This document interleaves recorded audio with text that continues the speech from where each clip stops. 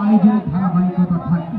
এখানে অনেক মানুষই রয়েছে, রয়েছেন প্রধান শিক্ষক, সমাজযোগী রাজ্য বিদ্যালয় আজকে শিক্ষকের পরে আরেকটি বল একেবারে শর্ট পিচ ডেলিভারি।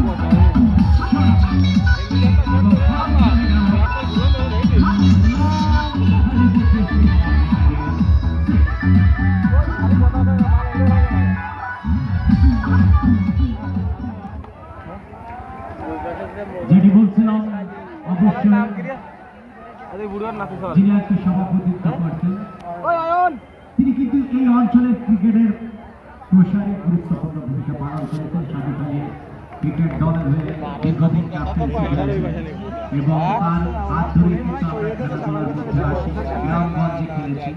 সুতরাং এরপরে সমাধিনগর আসা ধারাভাষ্যের জায়গায় যদি বলি, অবশ্যই এই সমাধিনগর স্কুলে আন্তঃশ্রেণী ফুটবল টুর্নামেন্ট হতো, একই সাথে বার্ষিক ক্রীড়া প্রতিযোগিতা হতো এবং সেই জায়গায় ধারাভাষ্য দিয়ে দিয়ে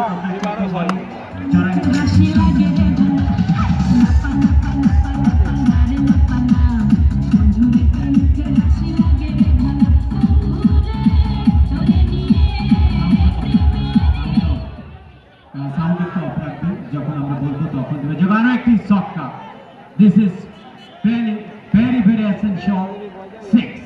যেটি বলছিলাম এখানে বাবু পরিতোষ বিশ্বাস রয়েছে, সাবেক সহকারী প্রধান শিক্ষক, যিনি রাজবাড়ী জেলা প্রধান হ্যান্ডবলের মেয়েদের হ্যান্ডবলের সূচনা করেছিলেন এই মাঠে।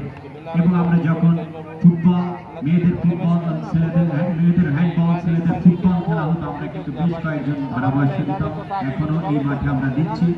সুতরাং ন্যাশনাল পর্যায়ে যে কেউ উঠে আসতে পারে, কি তার পরিবার, কি তার পরিচয়, নট ফ্যাক্ট, গ্রামগঞ্জ যে কোনো জায়গা থেকে প্রতিভা উঠে আসতে পারে, যদি থাকে তার ঐকান্তিক প্রচেষ্টা লেগে থাকতে হবে।